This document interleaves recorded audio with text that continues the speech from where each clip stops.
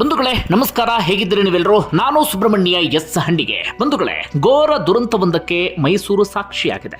Apartment ಒಂದರಲ್ಲಿ 4 ಮೃತದೇಹ ಪತ್ತೆಯಾಗಿದೆ. 4 ಕೂಡ ಒಂದೇ ಕುಟುಂಬಕ್ಕೆ ಸಂಬಂಧಪಟ್ಟಂಥವರು. ಈ ಘಟನೆಗೆ ಸಂಬಂಧಪಟ್ಟ ಹಾಗೆ ಈ ಪರಿ ಚರ್ಚೆ ಆಗೋದಕ್ಕೆ ಕಾರಣ ಅಂದರೆ, ಈ ಕುಟುಂಬಕ್ಕೆ ತೀರಾ ಬಡತನ ಇರಲಿಲ್ಲ, ಹೊತ್ತಿನ ತುತ್ತಿಗೆ ಪರದಾಡುವಂಥ ಸ್ಥಿತಿ ಇರಲಿಲ್ಲ, ಅವತ್ತು ದುಡಿದು ಅವತ್ತೇ ತಿನ್ನಬೇಕು ಎನ್ನುವಂಥ ಪರಿಸ್ಥಿತಿ ಅಂತೂ ಇರಲೇ ಇಲ್ಲ. ಅವರು ವಾಸ ಇದ್ದಿದ್ದು ಕೂಡ ಸ್ವಂತ ಫ್ಲ್ಯಾಟ್ನಲ್ಲಿ. ಆದರೆ ಪ್ರಾಣವನ್ನು ಕಳ್ಕೊಂಡು ಬಿಟ್ಟಿದ್ದಾರೆ. ಈ ಭೂಮಿ ಮೇಲೆ ಬದುಕೋದಕ್ಕೆ ಸಾಧ್ಯ ಆಗೋದಿಲ್ಲ ಅಂಥೇಳಿ 4 ಕೂಡ ಹೊರಟೋಗಿದ್ದಾರೆ.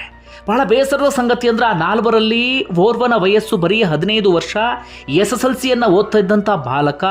ಇನ್ನೂ ಕೂಡ ಬದುಕನ್ನು ಅನುಭವಿಸೋದಿತ್ತು, ಇನ್ನೂ ಕೂಡ ಆತನಿಗೆ ಅದ್ಭುತವಾದಂಥ ಭವಿಷ್ಯ ಇತ್ತು.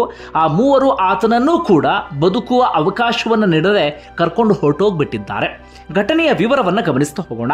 ಬಂಧುಗಳ, ಇನ್ಸಿಡೆಂಟ್ ನಡೆದಿದ್ದು ಮೈಸೂರಿನ ವಿದ್ಯಾರಣ್ಯಪುರಂ ಪೊಲೀಸ್ ಠಾಣಾ ವ್ಯಾಪ್ತಿಯ ಸಂಕಲ್ಪ ಎನ್ನುವಂಥ ಅಪಾರ್ಟ್ಮೆಂಟ್ ಒಂದರಲ್ಲಿ. ಚೇತನ್ ಅಂತ 45ರಿಂದ 46 ವಯಸ್ಸಿನ ಆಸುಪಾಸು, ಮೂಲತಃ ಹಾಸನದ ಗೊರೂರು ಭಾಗದವರು. ಮೈಸೂರಿನಲ್ಲಿ ಅವರ ಪತ್ನಿಯ ಮನೆ ಇರುತ್ತೆ.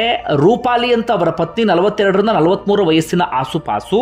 ಮೈಸೂರಿನಲ್ಲಿ ಪತ್ನಿಯ ಮನೆ ಇದ್ದ ಕಾರಣ ಅಥವಾ ಪತ್ನಿಯ ಊರಾದಂತಹ ಕಾರಣಕ್ಕಾಗಿ ಚೇತನ್ ತನ್ನ ತಾಯಿಯ ಜೊತೆಗೆ ಹಾಗೆ ತನ್ನ ಮಗನ ಜೊತೆಗೆ ಮೈಸೂರಿನಲ್ಲೇ ಅವರು ವಾಸ ಮಾಡ್ತಾ ಇರ್ತಾರೆ. ಗಂಡ, ಹೆಂಡತಿ, ಮಗ ಹಾಗೆ ಚೇತನ್ ತಾಯಿ. ಒಂದು ಕುಟುಂಬದಲ್ಲಿ 4 ಮಂದಿ ವಾಸ. 2 ಫ್ಲಾಟ್ನಲ್ಲಿ ವಾಸ ಮಾಡ್ತಿರ್ತಾರೆ. ಒಂದು ಫ್ಲಾಟ್ನಲ್ಲಿ ಚೇತನ್ನ ತಾಯಿ ವಾಸ ಮಾಡ್ತಾ ಇದ್ರೆ, ಇನ್ನೊಂದು ಫ್ಲಾಟ್ನಲ್ಲಿ ಗಂಡ, ಹೆಂಡತಿ, 15 ವರ್ಷದ ಮಗ ಇವರೆಲ್ಲರೂ ಕೂಡ ವಾಸ ಮಾಡ್ತಾ ಇರ್ತಾರೆ. ಚೇತನ್ ಬಹಳ ಚೆನ್ನಾಗಿದ್ದಂಥವ್ರು, ಫೈನಾನ್ಷಿಯಲಿ ತುಂಬ ಸ್ಟ್ರಾಂಗ್ ಆಗಿದ್ದಂಥ ಮನುಷ್ಯ. ಮೆಕ್ಯಾನಿಕಲ್ ಇಂಜಿನಿಯರ್ ಕೂಡ ಹೌದು. ಸಾಕಷ್ಟು ವರ್ಷಗಳ ಕಾಲ ದುಬೈನಲ್ಲಿ ವಾಸ ಇದ್ದಂಥವರು. ಚೇತನ್ ಅಣ್ಣ USA ವಾಸ ಮಾಡ್ತಾ ಇದ್ದಾರೆ. ಈ ರೀತಿಯಾಗಿ ಇಡೀ ಕುಟುಂಬವೇ ಬಹಳ ಚೆನ್ನಾಗಿ ಸೆಟ್ಲ್ ಆದಂತಹ ಕುಟುಂಬ. ಈ ಹಿಂದೆ ಆರ್ಥಿಕವಾಗಿ ತೀರಾ ಸಂಕಷ್ಟ ಅಥವಾ ಬಡತನ ಅಂಥದ್ದೇನೂ ಕೂಡ ಇರಲಿಲ್ಲ. ಈ ಕಾಂಟ್ರಾಕ್ಟ್ ಲೇಬರ್ ಆಗಿ ಕೆಲಸವನ್ನು ಮಾಡ್ತಾ ಇದ್ರು. ಅಂದರೆ ಈ ಲೇಬರ್ಸ್ಗಳನ್ನ ಸೌದಿಗೆ ಕಳಿಸೋದು, ಆ ರೀತಿಯಾದಂತಹ ಕೆಲಸವನ್ನು ಚೇತನ್ ಮಾಡ್ತಾ ಇದ್ರು. ಎಲ್ಲವೂ ಕೂಡ ಚೆನ್ನಾಗಿತ್ತು. 2019 ಸುಮಾರಿಗೆ ಅವರು ದುಬೈನಿಂದ ಸೀದಾ ಭಾರತಕ್ಕೆ ವಾಪಸ್ ಬರ್ತಾರೆ. ಅಂದರೆ ಮೈಸೂರಿನಲ್ಲಿ ಬಂದು ವಾಸ ಮಾಡೋದಕ್ಕೆ ಶುರು ಮಾಡ್ಕೊಂಡು ಬಿಡ್ತಾರೆ. ಕಾರಣ ಆಗ ಕರೋನಾ ಬಂದಂಥ ಕಾರಣಕ್ಕಾಗಿ ಸ್ವಲ್ಪ ಮಟ್ಟಿಗೆ ಅವರ ಕುಟುಂಬದಲ್ಲಿ ಆರ್ಥಿಕವಾದಂಥ ಸಂಕಷ್ಟ ಅಥವಾ ಆರ್ಥಿಕವಾಗಿ ಬೇರೆ ಬೇರೆ ರೀತಿಯಲ್ಲಿ ಏರುಪೇರು ಅಂಥದ್ದೆಲ್ಲವೂ ಕೂಡ ಶುರುವಾಗುತ್ತೆ. ಅದರ ನಡುವೆಯೂ ಕೂಡ ಸಂಸಾರವನ್ನು ಸಾಗಿಸ್ಕೊಂಡು ಹೋಗ್ತಿರ್ತಾರೆ. ಯಾವುದೇ ರೀತಿಯಲ್ಲೂ ಕೂಡ ಸಮಸ್ಯೆ ಇರೋದಿಲ್ಲ. ಅಥವಾ ತಮ್ಮ ರಿಲೇಟಿವ್ಸ್ ಹತ್ರ ಆಗಲಿ ಅಥವಾ ಹತ್ತಿರದ ಸಂಬಂಧಿಕರ ಹತ್ರ ಆಗಲಿ ಯಾರ ಹತ್ರ ಕೂಡ ತಮ್ಮ ಸಂಕಷ್ಟವನ್ನು, ಏನು ಸಮಸ್ಯೆ ಅನುಭವಿಸ್ತಿದ್ದೀವಿ ಯಾವುದನ್ನು ಕೂಡ ಹೇಳ್ಕೊಂಡಿರಲಿಲ್ಲ. ಸ್ವಂತ ಫ್ಲ್ಯಾಟ್ ಇತ್ತು ಮೈಸೂರಿನಲ್ಲಿ. 2 ಫ್ಲ್ಯಾಟ್, ಒಂದು ಫ್ಲ್ಯಾಟ್ ಅಲ್ಲ, ಒಂದು ಫ್ಲ್ಯಾಟ್ ಕೊಂಡ್ಕೊಳ್ಳೋದೇ ಕಷ್ಟ ಅಂಥದ್ರಲ್ಲಿ 2 ಫ್ಲ್ಯಾಟ್ನಲ್ಲಿ ಈ ಕುಟುಂಬ ವಾಸ ಮಾಡ್ತಾ ಇತ್ತು. ಅಂದರೆ ನಾವಿಲ್ಲಿ ಅರ್ಥ ಮಾಡ್ಕೊಳ್ಬೇಕಾಗಿರುವ ವಿಚಾರ ಅಂದರೆ, ಅಥವಾ ಈ ಫ್ಲ್ಯಾಟ್ ವಿಚಾರನ ಒತ್ತಿ ಯಾಕೆ ಹೇಳ್ತಿದ್ದೀನಿ ಅಂದರೆ, ತೀರಾ ಬಡತನ, ತೀರಾ ಸಂಕಷ್ಟ ಎನ್ನುವಂಥ ಸ್ಥಿತಿಯಲ್ಲಿ ಆ ಕುಟುಂಬ ಇರಲೇ ಇಲ್ಲ. ಚೇತನ್ ಮಗ ಕುಶಾಲ್ SSLC ಓದ್ತಿದ್ದ ಕಾರಣಕ್ಕಾಗಿ ಇತ್ತೀಚೆಗಷ್ಟೇ SSLC ಪರೀಕ್ಷೆಯನ್ನು ಕೂಡ ಬರೆದಿದ್ರಂತೆ. ಹಾಗೆ ಮುಂದಿನ ಪರೀಕ್ಷೆಗೆ ತಯಾರಿಯನ್ನು ಕೂಡ ನಡೆಸ್ಕೊಳ್ತಾ ಇದ್ರಂತೆ. ಚೇತನ್ ತನ್ನ ಪತ್ನಿ ಹಾಗೆ ಇಡೀ ಕುಟುಂಬದ ಜೊತೆಗೆ ಹಾಸನದ ಗೊರೂರು ದೇವಸ್ಥಾನಕ್ಕೆ ಹೋಗಿದ್ದಾರೆ. ನಿನ್ನೆ ದೇವಸ್ಥಾನದಲ್ಲಿ ಪೂಜೆ ಪುನಸ್ಕಾರ ಅಂಥದ್ದೆಲ್ಲವನ್ನೂ ಕೂಡ ಸಲ್ಲಿಸಿ ಬಂದಿದ್ದಾರೆ. ಅದಾದ ಬಳಿಕ ಮೈಸೂರಿನ ಕುವೆಂಪು ನಗರದಲ್ಲಿ ತಮ್ಮ ಅತ್ತೆ ಮಾವನ ಮನೆ ಅಂದರೆ ಪತ್ನಿ ರೂಪಾಲಿ ಅವರ ಮನೆ, ಅಲ್ಲಿಗೂ ಕೂಡ ಹೋಗಿದ್ದಾರೆ. ಅಲ್ಲಿ ಊಟ ಮಾಡ್ಕೊಂಡು ಬಂದಿದ್ದಾರೆ. ಅಲ್ಲೂ ಕೂಡ ಖುಷಿಯಾಗಿ ಮಾತಾಡ್ತಿದ್ರಂತೆ. ಯಾವುದೇ ರೀತಿಯಲ್ಲೂ ಕೂಡ ಹೀಗೆ ಸಾಯಬಹುದು ಎನ್ನುವಂಥ ಸುಳಿವು ಆ ಕುಟುಂಬಕ್ಕೂ ಕೂಡ ಸಿಕ್ಕಿಲ್ಲ. ಯಾರು ಕೂಡ ಈ ರೀತಿಯಾಗಿ ಆಗಬಹುದು ಅಂತ ಯೋಚನೆಯನ್ನು ಕೂಡ ಮಾಡಿಲ್ಲ. ಈ ರೀತಿಯಾಗಿ ನಿನ್ನೆಯ ದಿನ ಆರಾಮಾಗಿ ಕಾಲವನ್ನು ಕಳೆದಿದ್ದಾರೆ. ಯಾಕೆ ಹಿಂದಿನ ದಿನ ದೇವಸ್ಥಾನಕ್ಕೆ ಹೋದ್ರು ಈ ಒಂದು ಅರ್ಥ ಆಗ್ತಾ ಇಲ್ಲ. ಈ ರೀತಿಯಾಗಿ ಸಾಯುವ ಯೋಚನೆಯನ್ನು ಮೊದಲೇ ಮಾಡಿದರೆ ಹಿಂದಿನ ದಿನ ದೇವಸ್ಥಾನಕ್ಕೆ ಹೋಗ್ತಾರಾ? ಅದು ಬಹಳ ಅಚ್ಚರಿಯ ಸಂಗತಿ. ಒಟ್ಟಾರೆಯಾಗಿ ದೇವಸ್ಥಾನಕ್ಕೆ ಹೋಗಿ ಪೂಜೆ ಪುನಸ್ಕಾರ ಅಂಥದ್ದೆಲ್ಲವನ್ನು ಕೂಡ ಸಲ್ಲಿಸಿ ಬಂದಿದ್ದಾರೆ. ಅದಾದ ಬಳಿಕ ನಿನ್ನೆ ರಾತ್ರಿ ಮನೆಯಲ್ಲಿ ಏನಾಯಿತು, ಏನಾದರೂ ಜಗಳ ಆಯಿತಾ ಅಥವಾ ಬೇರೆ ರೀತಿಯಲ್ಲಿ ಏನಾದರೂ ಯೋಚನೆ ಮಾಡಿದ್ರ ಒಂದು ಕೂಡ ಯಾರಿಗೂ ಗೊತ್ತಿಲ್ಲ. ಬೆಳಗ್ಗೆ ಮುಂಚೆ ಸುಮಾರಿಗೆ ಹೆಚ್ಚು ಕಡಿಮೆ 3 ಗಂಟೆ ಅಥವಾ 4 ಗಂಟೆ ಸುಮಾರಿಗೆ USA ಚೇತನ್ ಬ್ರದರ್ ಭರತ್ ಅವರಿಗೆ ಚೇತನ್ ಕಾಲ್ ಮಾಡಿದ್ದಾರಂತೆ. ಕಾಲ್ ಮಾಡಿ ಈ ರೀತಿಯಾಗಿ ನಾವು ಪ್ರಾಣ ಕಳ್ಕೊಳ್ತಾ ಇದ್ದೇವೆ, ನಾವು ಉಳಿಯೋದಿಲ್ಲ ಎನ್ನುವಂಥ ಮಾತನ್ನು ಹೇಳಿದ್ದಾರೆ. ಆತ ಕಡೆ ಆತಂಕದಿಂದ ಭರತ್ ಏನು ಮಾಡ್ತಾರೆ, ಚೇತನ್ನ ಪತ್ನಿ ರೂಪಾಲಿ ಇದ್ರಲ್ಲ, ರೂಪಾಲಿ ಮನೆಯವರಿಗೆ ಫೋನ್ ಮಾಡಿ ಹೇಳ್ತಾರೆ. ಭರತ ತಕ್ಷಣ ಅಲ್ಲಿಂದಂತೂ ಬರೋದಕ್ಕೆ ಸಾಧ್ಯ ಆಗೋದಿಲ್ಲ. ಹೀಗಾಗಿ ಇವ್ರ ಮನೆಯವರಿಗೆ ಹೇಳ್ತಾರೆ, ನೋಡಿ ಈ ರೀತಿಯಾಗಿ ಫೋನ್ ಮಾಡಿ ಆತ ಹೆದರಿಸ್ತಾ ಇದ್ದ, ಏನು ಎತ್ತ ಅಂತ ವಿಚಾರಿಸ್ಕೊಳ್ಳಿ ಅಂತ ಹೇಳಿ. ತಕ್ಷಣವೇ ಇವರೇನು ಮಾಡಿದ್ದಾರೆ, ರೂಪಾಲಿ ತಂದೆ ತಾಯಿ ಕುವೆಂಪು ನಗರದಲ್ಲಿ ಅವ್ರ ಮನೆ ಇತ್ತು, ವಿದ್ಯಾರಣ್ಯಪುರಂ ಪೊಲೀಸ್ ಠಾಣಾ ವ್ಯಾಪ್ತಿಯಲ್ಲಿರುವಂಥ ಸಂಕಲ್ಪ ಅಪಾರ್ಟ್ಮೆಂಟ್ ಕಡೆಗೆ ಬಂದಿದ್ದಾರೆ. ಅಪಾರ್ಟ್ಮೆಂಟ್ಗೆ ಬಂದು ಪೊಲೀಸರಿಗೂ ಕೂಡ ವಿಚಾರವನ್ನು ತಿಳಿಸಿದ್ದಾರೆ. ಪೊಲೀಸರು ಕೂಡ ಬಂದು ಅಪಾರ್ಟ್ಮೆಂಟನ್ನು ಅಥವಾ ಅವರ ಫ್ಲ್ಯಾಟನ್ನು ಡೋರ್ ಓಪನ್ ಮಾಡಿ ನೋಡಿದಂತಹ ಸಂದರ್ಭದಲ್ಲಿ ಅಷ್ಟೊತ್ತಿಗಾಗಲೇ ದುರಂತ ಸಂಭವಿಸಿ ಹೋಗಿಬಿಟ್ಟಿತ್ತು. ಅಂದರೆ ನನ್ನ ಪ್ರಕಾರ ಫೋನ್ ಮಾಡಿ ಒಂದು ಸ್ವಲ್ಪ ಹೊತ್ತಿಗೆ ಪ್ರಾಣವನ್ನು ಕಳ್ಕೊಂಡಿರಬಹುದು. ಯಾಕಂದರೆ ಸ್ವಲ್ಪ ಹೊತ್ತಿಗೆ ಎಲ್ಲ ಕಡೆಗಳಲ್ಲೂ ಕೂಡ ಇನ್ಫಾರ್ಮ್ ಮಾಡಿಬಿಡ್ತಾರೆ, ಎಲ್ಲರೂ ಬರ್ತಾರೆ ಅಂತ ಕಾರಣಕ್ಕಾಗಿ ಬೇಗ ಅವರು ಪ್ರಾಣವನ್ನು ಕಳ್ಕೊಂಡಿರುವಂಥ ಸಾಧ್ಯತೆ ಇದೆ. ಹೀಗಾಗಿ ಸ್ವಲ್ಪ ಹೊತ್ತಿನಲ್ಲೇ ಇವ್ರ ಮನೆಗೆ ಬಂದರೆ ಅಷ್ಟೊತ್ತಿಗಾಗಲೇ ಅವರೆಲ್ಲರ ಪ್ರಾಣ ಪಕ್ಷಿಯು ಕೂಡ ಹೊರಟೋಗಿಬಿಟ್ಟಿತ್ತು. ನೆಲದ ಮೇಲೆ 3 ಮೃತದೇಹ ಪತ್ತೆಯಾಗಿದ್ರೆ ಚೇತನ ಮೃತದೇಹ ನೇಣು ಬಿಗಿದಂಥ ಸ್ಥಿತಿಯಲ್ಲಿ ಪತ್ತೆಯಾಗಿದೆ.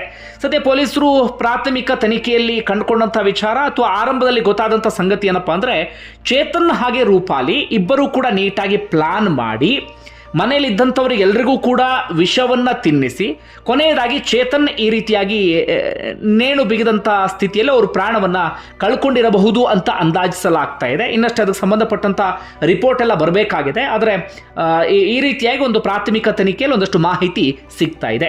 ಯಾವ ಕಾರಣಕ್ಕಾಗಿ ಪ್ರಾಣ ಕಳ್ಕೊಂಡ್ರು, ಆರಂಭದಲ್ಲಿ ಯಾರಿಗೂ ಯಾವುದೇ ಕ್ಲಾರಿಟಿಯೂ ಕೂಡ ಸಿಗಲಿಲ್ಲ. ಯಾಕಂದರೆ ಕುಟುಂಬಕ್ಕೆ ಇದ್ದಂಥ ಸಂಕಷ್ಟ ಆಗಲಿ ಸಮಸ್ಯೆ ಆಗಲಿ ಯಾರ ಜೊತೆಗೂ ಕೂಡ ಶೇರ್ ಮಾಡ್ಕೊಂಡಿರಲಿಲ್ಲ.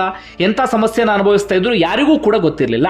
ಆದರೆ ಚೇತನ್ ಹಾಗೆ ಪತ್ನಿ ರೂಪಾಲಿ ಸೇರಿ ಬರೆದಿಟ್ಟಿದ್ದಂಥ ಕೊನೆಯ ನೋಟ್ ಒಂದು ಪತ್ತೆಯಾಗಿದೆ. ಅದರಲ್ಲೂ ಒಂದಷ್ಟು ವಿಚಾರವನ್ನು ಅವರು ಪ್ರಸ್ತಾಪವನ್ನು ಮಾಡಿದ್ದಾರೆ. ಈ ಹಿಂದೆ ಕರೋನಾ ಸಂದರ್ಭದಲ್ಲಿ ಒಂದಷ್ಟು ಆರ್ಥಿಕ ಸಂಕಷ್ಟ ಎದುರಾಯಿತು, ಒಂದಷ್ಟು ಏರುಪೇರಾಯಿತು. ಆ ಕಾರಣಕ್ಕಾಗಿ ಅದಾದ ಬಳಿಕ ನಮಗೆ ಕಂಬ್ಯಾಕ್ ಮಾಡೋದಕ್ಕೆ ಸಾಧ್ಯ ಆಗಲೇ ಇಲ್ಲ. ಈಗಲೂ ಕೂಡ ಆ ಆರ್ಥಿಕ ಸಮಸ್ಯೆಯಲ್ಲಿ ಸಿಕ್ಕಾಕೊಂಡು ನಾವು ಒದ್ದಾಡ್ತಾ ಇದ್ದೇವೆ. ಹೀಗಾಗಿ ನಮ್ಮ ಸಾವಿಗೆ ಸಂಬಂಧಪಟ್ಟ ಹಾಗೆ ನಮ್ಮ ಸ್ನೇಹಿತರಾಗಲಿ ಅಥವಾ ಸಂಬಂಧಿಕರಿಗೆ ಕಿರುಕುಳ ಕೊಡೋದಾಗಲಿ ಅಥವಾ ಅವರ ವಿಚಾರಣೆ ನಡೆಸೋದಾಗಲಿ ಅಥವಾ ವಿಚಾರಣೆ ನೆಪದಲ್ಲಿ ಅವ್ರನ್ನ ಪ್ರಶ್ನೆ ಮಾಡೋದಾಗಲಿ ಅಂಥದ್ದು ಯಾವುದೂ ಕೂಡ ಮಾಡಬೇಡಿ. ನಿಮ್ಮೆಲ್ಲರನ್ನೂ ಕೂಡ ಕ್ಷಮೆ ಕೇಳ್ತೀವಿ. ನಾವು ಪ್ರಾಣವನ್ನು ಕಳ್ಕೊಳ್ಳೋದಕ್ಕೆ ನಾವೇ ಕಾರಣ ಎನ್ನುವ ರೀತಿಯಲ್ಲಿ ಆ ನೋಟ್ನಲ್ಲಿ ಮೆನ್ಷನ್ ಮಾಡಿದ್ದಾರೆ. ಅಂದರೆ ಪರ್ಟಿಕ್ಯುಲರ್ ಆಗಿ ಯಾವ ರೀತಿ ಆರ್ಥಿಕ ಸಂಕಷ್ಟ ಯಾರಿಗೂ ಕೂಡ ಗೊತ್ತಿಲ್ಲ. ಅಂದರೆ ಸಾಲದ ಸುಳಿಯಲ್ಲಿ ಏನಾದರೂ ಸಿಕ್ಕಾಕೊಂಡಿದ್ರಾ ಅಥವಾ ಜೀವನವನ್ನೇ ನಡೆಸೋದಕ್ಕೆ ಸಾಧ್ಯ ಆಗದಂಥ ಪರಿಸ್ಥಿತಿಯಲ್ಲಿ ಏನಾದರೂ ಇದ್ರಾ, ಒಂದು ಕೂಡ ಅರ್ಥ ಆಗ್ತಾ ಇಲ್ಲ. ಒಟ್ಟಾರೆ ಘಟನೆಗೆ ಸಂಬಂಧಪಟ್ಟ ಸಾಕಷ್ಟು ಚರ್ಚೆ ಆಗ್ತಾ ಇದೆ. ಹಾಗೆ ನಾವೆಲ್ಲ ಪ್ರಸ್ತಾಪ ಮಾಡುವಂಥ ಇನ್ನೊಂದು ವಿಚಾರ ಅಥವಾ ಇನ್ನೊಂದು ವಿಚಾರ ನೆನಪು ಮಾಡ್ಕೊಳ್ಳೋದೇನಪ್ಪ ಅಂದರೆ, ಈ ಕರೋನಾ ಸಂದರ್ಭದಲ್ಲಿ ಈ ರೀತಿಯಾಗಿ ಸಾಕಷ್ಟು ಜನರ ಬದುಕನ್ನೇ ಆ ಕರೋನಾ ಮತ್ತು ಲಾಕ್ಡೌನ್ ಕಿತ್ಕೊಂಡು ಬಿಡ್ತು.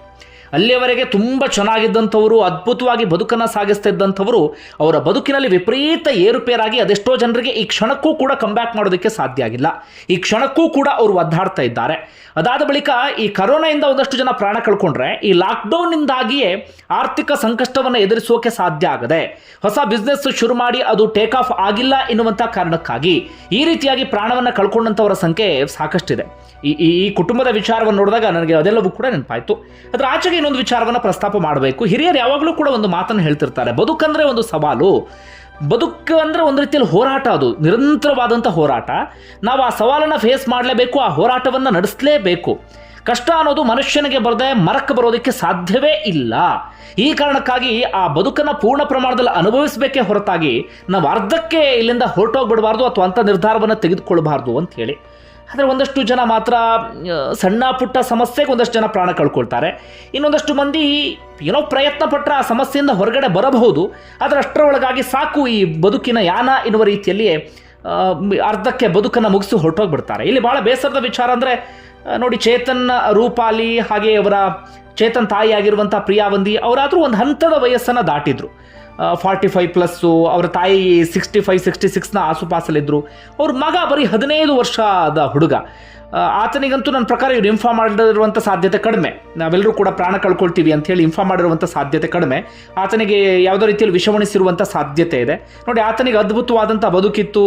ಆತ ತನ್ನದೇ ಆದಂಥ ಪ್ರಪಂಚವನ್ನು ನಿಧಾನಕ್ಕೆ ಕಟ್ಕೊಳ್ತಾ ಇದ್ದ. ಅಷ್ಟರೊಳಗಾಗಿ ಆತನ ಪ್ರಾಣವೂ ಕೂಡ ಹೊರಟೋಗುವ ರೀತಿಯಲ್ಲಿ ಆಗಿದೆ. ಇನ್ನೊಂದು ಕಡೆಯಿಂದ ತೀರಾ ಬಡತನವನ್ನು ಅನುಭವಿಸ್ತಾ ಇರುವಂಥವ್ರು, ಹೊತ್ತಿನ ತುತ್ತಿಗೂ ಒದ್ದಾಡ್ತಾ ಇರುವಂಥವ್ರು, ಅವತ್ತು ದುಡ್ದು ಅವತ್ತೇ ತಿನ್ನಬೇಕು ಅನ್ನುವಂಥವರೇ ಖುಷಿಯಾಗಿ ನೆಮ್ಮದಿಯಾಗಿ ಬದುಕನ್ನು ಸಾಗಿಸ್ತಾರೆ. ಆದರೆ ದುಡ್ಡಿದ್ದಂಥವರು, ಬದುಕನ್ನು ಭಾಳ ಚೆನ್ನಾಗಿ ಎಂಜಾಯ್ ಮಾಡಿರುವಂಥವರು ಒಮ್ಮೊಮ್ಮೆ ಬದುಕನ್ನು ಎದುರಿಸಲಾಗದೆ ಹೊರಟೋಗ್ಬಿಡ್ತಾರೆ. ಏನು ಹೇಳಬೇಕು ಗೊತ್ತಾಗ್ತಿಲ್ಲ. ಒಂದು ವೇಳೆ ನಿಮ್ಗೆ ಏನಿಸುತ್ತೆ ಕಮೆಂಟ್ ಬಾಕ್ಸಲ್ಲಿ ಮೆನ್ಷನ್ ಮಾಡಿ. ಧನ್ಯವಾದ ವಿಡಿಯೋ ನೋಡಿದ್ದಕ್ಕಾಗಿ.